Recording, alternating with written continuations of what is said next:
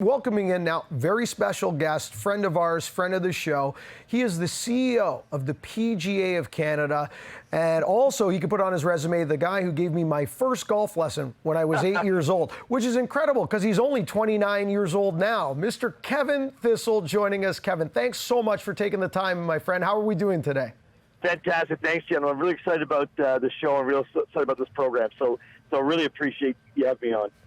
Kevin, just before we talk a little bit about maybe what your favorite courses are and just some thoughts on the list in general, just a little bit of information about how the PGA of Canada members voted, some of the reactions you got, or maybe some of the conversations you've had along the way when we activated this program earlier this year. You know, the great thing is, when we activated early, I got to go coast to coast during our national championships and the AGMs and a lot of the education seminars.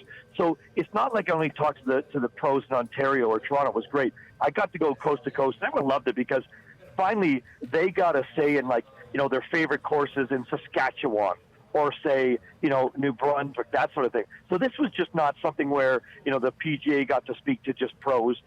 Central Canada, we got to go coast to coast, and everyone was excited about it, especially at our national champions. It was quite a debate in the locker room after the tournaments and stuff. Yeah, it's very cool, the fact that we give a voice to everyone, because, you know, lists are great, and I love lists because they create conversation. And there's no such thing as a right answer. There's no such thing as a wrong answer. Right. But, you know, I thought it was really overdue because we in the media, Bob, myself, some of the great writers in this country, you know, we always have a say. We always get a vote, an opportunity to kind of put our names on the board on what we think. But I thought it was overdue that the PGA of Canada, our professional voice in this country, I thought it was long overdue for them to have their own list where only they could vote. I thought it was a great idea, too, because, like you said, I love the experts. I love the panels where it's the writers. And also I love the amateurs because, you know, the great thing about the amateurs, they actually vote with their pocketbook a lot, which is amazing. So when we got the PGA of Canada professionals allowed to start the list like this, I think it's great because our guys have, you know, luckily because we're in the golf business, we've got to play a lot of the great courses, and we've also got to play a lot of the private clubs that maybe some of the amateurs couldn't play. So I think the list is a good representation from our members across the country. Now, you're on your way to Halifax for your big teaching seminar, which is a big win for the PGA of Canada. And it's funny that you're calling us from the East Coast because if you're visiting the number 1 and 2 public golf course, resort course on our list, you probably have to get yourself to Halifax at some point to get yourself up to Cabot Links and Cabot Cliffs. You know, it's the home of the RBC PGA of Canada Scramble. Kevin, really no surprise here that Cabot continues to really wave the flag, really on a global scale for the Canadian golf landscape. Oh, just a global scale. It's amazing, you know. And growing up, and even as of, you know, a year or 2 or 3 ago, St. George's was always my favorite. It really was. It's you know, that and the National and maybe Hamilton were always duking it out with Highland Links a couple times. And I'll tell you, Cabot Cliffs is just something special. If people go out there, it's just, you know, it's number 1. It's unanimous number 1 for anyone who's ever played it. And the Links is, of course, fantastic, but Cabot Cliffs really speaks to me, and it looks like it speaks to the rest of our members. Yeah, it speaks to the membership, it speaks to the world. Kevin, you mentioned St. George's, the National Hamilton, National 1, St. George's 2.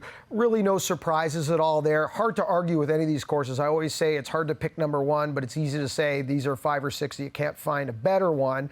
I'm partial to a few courses on this list. Everybody has their favorites. I know you're the CEO of the PGA of Canada, so it's hard to say, oh, this is my favorite and whatnot. But, you know, if you were able to add a few more courses, or if you were able to go 51, 52, 53 on either side of the fence, private, public resort, is there anything that you'd add to this list? Is there a favorite of yours that maybe didn't make the list that if you could wave a magic wand would suddenly appear?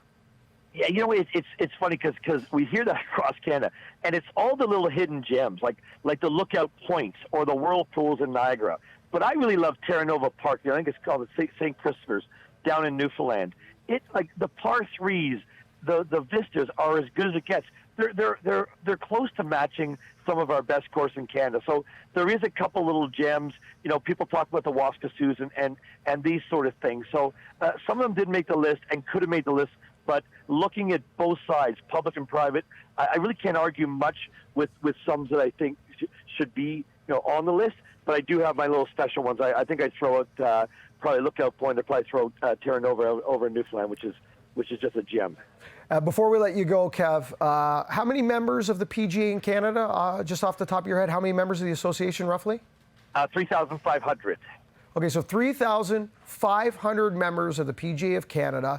We're a country of just over 30 million people. We have roughly 6 million golfers in Canada. If there's one thing this list speaks to me anyway, and to echo your point of courses that could have made the list or should be added, is coast to coast. In a country of our size and what we have a tremendous amount of world-class golf courses. This list just proves it. Oh, does it ever? I mean, we're blessed. When you go to the United States, when you travel the world, people talk about golf courses, and we are lucky. Our golf courses match up against any in the world for sure.